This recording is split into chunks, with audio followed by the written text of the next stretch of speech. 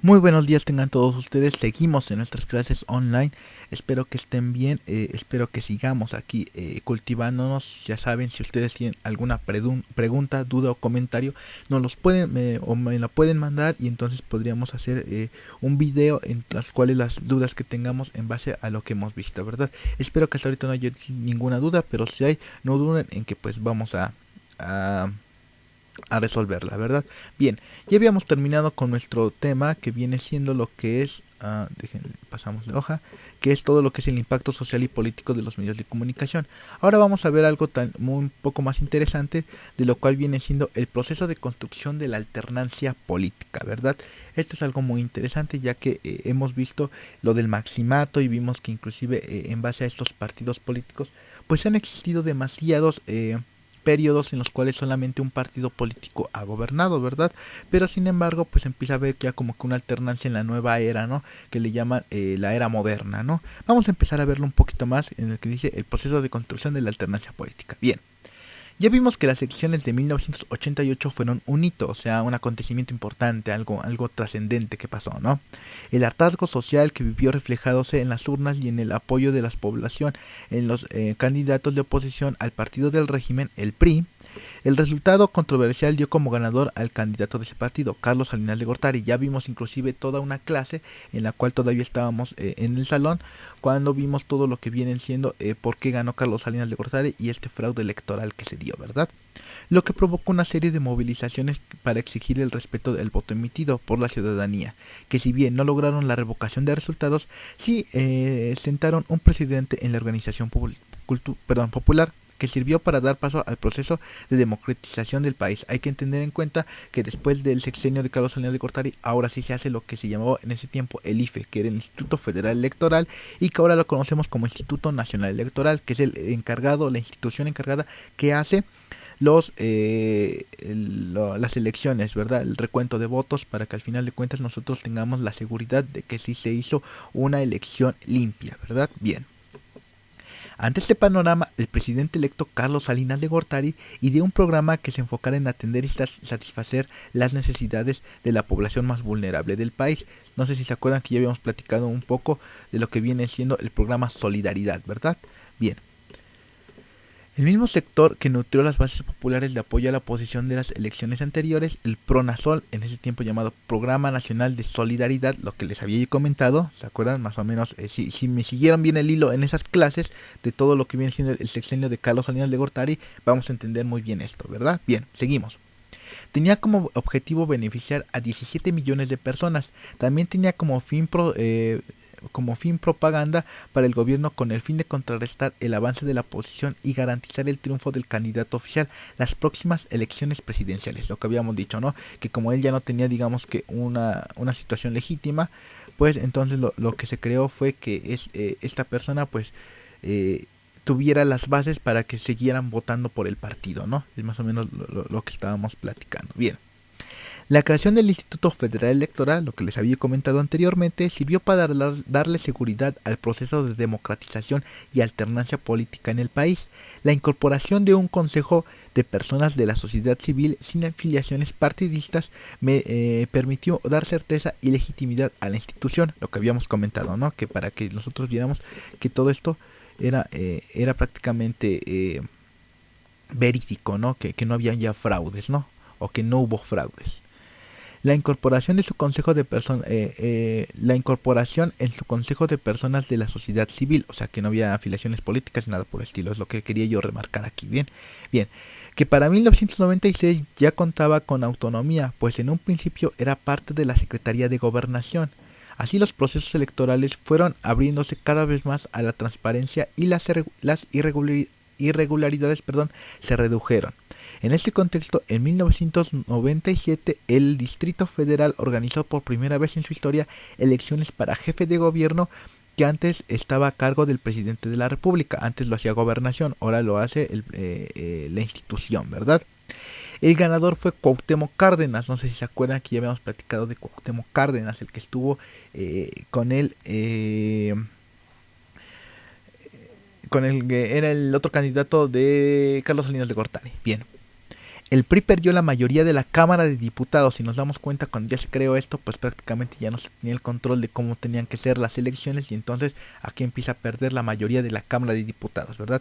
Para el año 2000, aquí viene lo importante, en la elección presidencial la victoria fue para Vicente Fox, candidato del PAN, el que tenemos aquí, este mero, bien, el de las botas, para que se acuerden.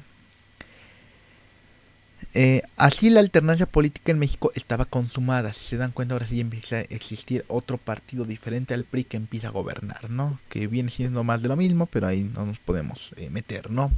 El partido en el poder que duró más de 7 décadas gobernando el país por fin fue removido, ¿verdad? Lo que habíamos comentado, lo que duró mucho el PRI, pues ahora ya no existía. Bien.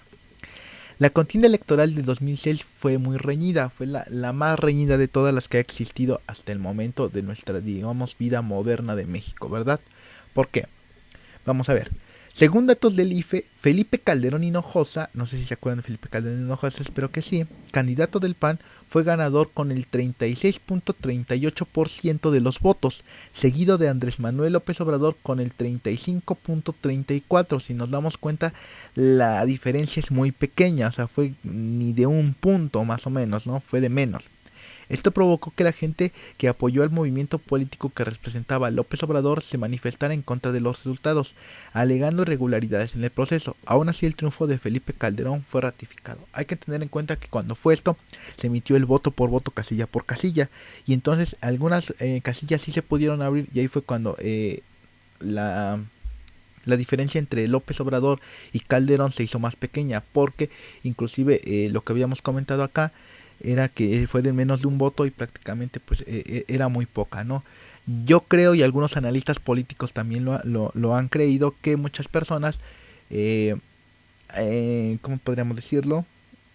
Bueno, muchos analistas políticos, muchos sociólogos, muchos que se dedican a esto de la política, que si se hubieran abierto todas las urnas, hubiera ganado Andrés Manuel López Obrador desde esa época, ¿ok? Hay que tener en cuenta bien eso, bien.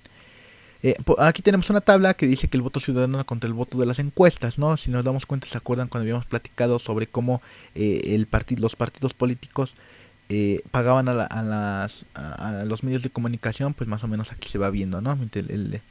El Compromiso por México, que fue la alianza que hizo el PRI y el Partido Verde Ecologista de México, pues aquí no, el resultado del IFE decía que ellos tuvieron un 38.6%, ¿no? La encuesta Milenio dice que ellos tenían un 46.9%, ¿no? La encuesta del Universal decían que tenían un 41%, ¿no? Y la encuesta Reforma tenía un 41%. Si se dan cuenta, los datos oficiales son los del IFE, ¿verdad? Y los demás como que estaban un poco más inflados, no sé si nos damos cuenta en eso, ¿verdad? Bien. El movimiento progresista hecho por el PRD, el PT y el Movimiento Ciudadano decía que tenía un 31.9, un 28.5 en la Milenio, 23.8 en la Universal y en la Reforma un 31, ¿verdad? Como que aquí le bajaron, ¿no? O sea, en vez de subirlo le bajaron. El PAN pues prácticamente estuvo con un 26.3 en las oficiales y en las demás tuvo un 22, también como que le bajaron, ¿no? Y los de Nueva Alianza, pues prácticamente era el más bajo, que tuvo un 2.5 y este casi se quedó igual, si nos damos cuenta, ¿no? Luego lo se ve aquí cuál era los resultados que beneficiaban a qué partido político, ¿verdad? Pues al PRI, ¿verdad? Que estaba aquí que el resultado oficial fue de 38, pero en las otras encuestas pues como que se elevó demasiado, ¿verdad? Bien. En 2012 el PRI volvió a la presidencia, el candidato opositor más fuerte volvió a ser Andrés Manuel López Obrador, que prácticamente otra vez se volvió a estar, pero que lamentablemente no pudo ganar, que obtuvo un 31.59% de la votación, mientras que el candidato del PRI, Enrique Peña Nieto, ganó la contienda electoral con 38.21% de los votos, ¿verdad? Si nos damos cuenta que ya fue una cantidad más grande, fueron casi 7 votos, 6 votos, bueno, 6 puntos, perdón, de diferencia. Sin embargo, aquí lo interesante fue las situaciones de cómo se empezó a dar estas situaciones, ¿verdad? ¿Por qué? Porque al final de cuentas pudieron haber existido también irregularidades, no tanto a lo mejor en la elección, sino en las campañas electorales, ¿verdad? Esto también hay que tenerlo muy en cuenta, ¿no? La guerra sucia que se vivió en ese momento fue muy grande, que inclusive la empezó en Calderón y que al ver que había funcionado, en menor medida con él, pero pues la volvieron a tomar el PRI y al final de cuentas pues así fueron los resultados, ¿no? Por tal motivo, esa fue la segunda vez que Andrés Manuel López Obrador quiso la presidencia, pero al final de cuentas pues no la logró, ¿no? De nuevo hasta ahorita, ¿no? Que fue en el 2000, ¿qué fue? 2016, 2000, no, 2018, 2018. Bien. Esta alternancia política nos muestra el rumbo de la democracia del país ha tomado en los años recientes. Nos da confianza de las instituciones que vigilan los procesos electorales. Nuestro deber como ciudadanos es cuidar el comportamiento de los políticos y exigirles que cumplan con sus promesas de campaña y sus obligaciones como gobernantes. Muy bien. Al final de cuentas vamos a terminar eh, este recorrido, este tema, con que ustedes quiero que me lean este fragmento que dice Ernesto Zedillo ante el triunfo electoral del PAN.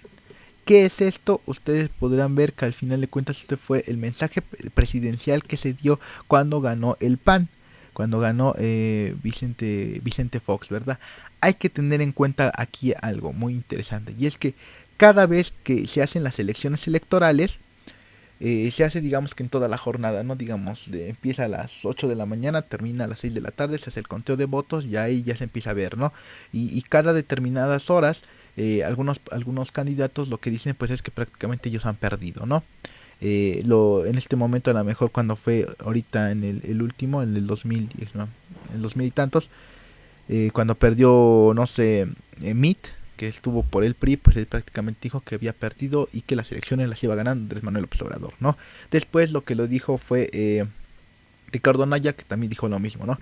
Pero el triunfo se da cuando el presidente de la República él manda el mensaje a los ciudadanos de que gracias por votar, gracias por haber hecho todo lo que viene siendo posible en las elecciones y que el triunfo es para, y él dice el nombre, ¿no? Que todavía se tiene que ir verificando, pero al final de cuentas ¿cómo se podría decir esto?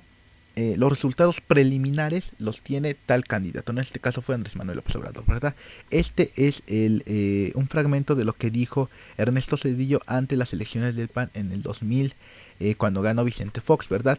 Lo leen por favor y si pueden envíen si quieren ver hasta el video, creo que está, a ver, déjenme checar. Voy a poner pausa un momento esto y lo voy a buscar. Bien, seguimos aquí. Sí lo encontré. Aquí está. Dice momento histórico. Ernesto Zedillo confirma que Vicente Fox es el ganador. Así que si nos damos cuenta, sí está. Si quieren escucharlo, son 2 minutos, es muy poquito.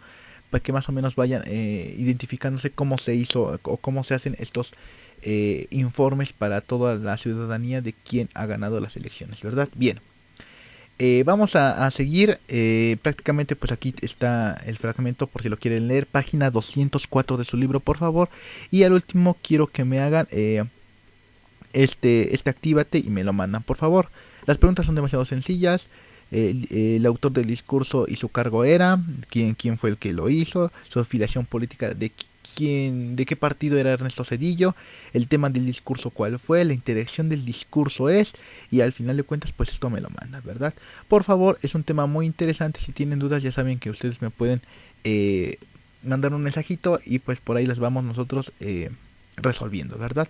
Espero que les haya gustado. Por favor, quiero que me vean el video para que ustedes o que me lo lean ahí y ustedes estén más al tanto de cómo se va haciendo todo esto, ¿verdad? Nos vemos, mucho gusto, muchas gracias, perdón, por estar aquí y nos vemos en la próxima.